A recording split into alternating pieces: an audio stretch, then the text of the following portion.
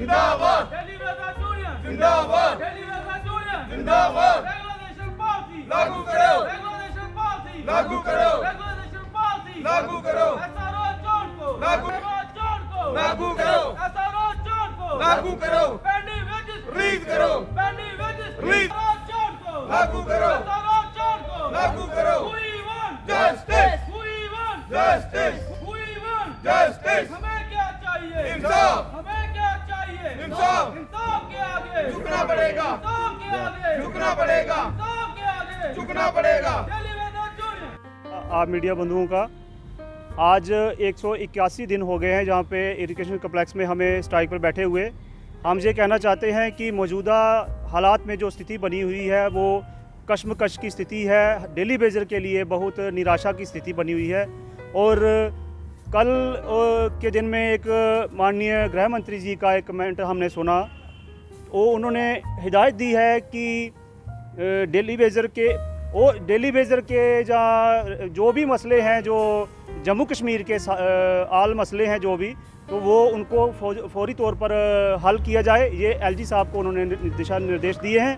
हम ये अपने बीजेपी की जो पार्टी है उनको ये कहना चाहते हैं कि आप हमारे लिए कुछ करने की स्थिति में अभी तक हमें दिख नहीं रहे हैं। अगर कल को माननीय गृह मंत्री ने जैसे एलजी साहब को निर्देश दिए हैं, अगर हमारा काम वो कर देते हैं तो आपका कहीं फिर वो ग्राउंड पे आप कहीं नहीं दिखते हमें, और ना ही हम आपका कोई सतह बनेगी, क्योंकि वो एलजी साहब हैं।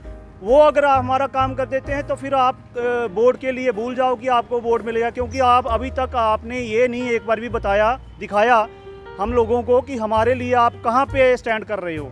ये थोड़ी ना होता है कि काम कोई और करेगा तो वोट आप लोगे।